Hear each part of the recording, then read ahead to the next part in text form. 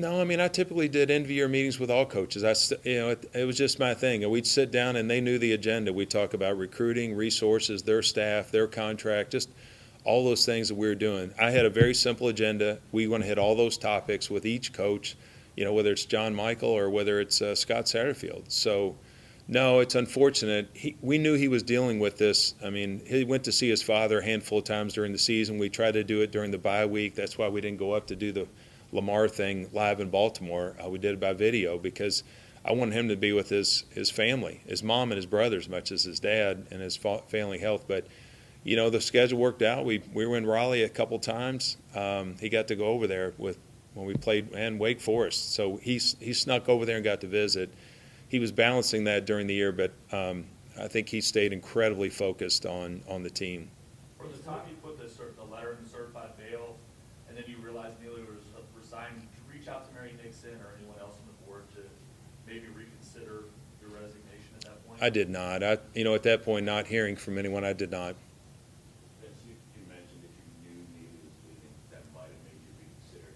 Was your relationship with Neely the main part of you thinking about leaving Louisville or going into private business or even considering Florida State? No, I think there was just a lot of things going on at that time. I go back in the summer. I met with Mary and Neely the first week of July and expressed some of my thoughts about where we were and where we should go.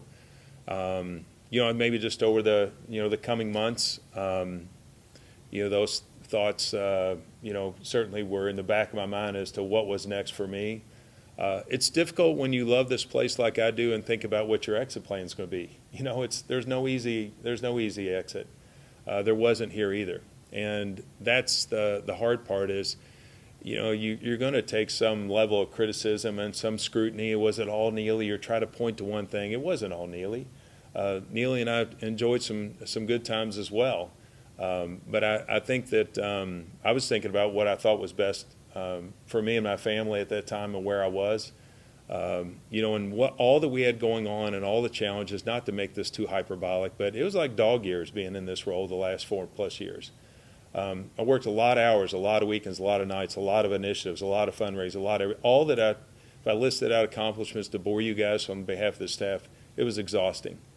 And that's where you just kind of say, like, what do you want to do next? And next was to plan a family vacation for me. So if they had offered you an extension, would you go on regardless? At that point, I think I was gone.